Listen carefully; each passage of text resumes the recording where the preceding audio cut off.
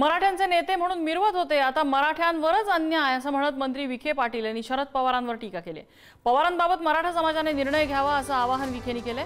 शरद पवारांचं समाजात भांडणं लावण्याचं काम असल्याची टीका विखेंनी केलेली आहे। असं पण सांगतो की मराठा समाजाला आरक्षण नाकारण्याचं पाप हे शरद पवार साहेबांचंच आहे।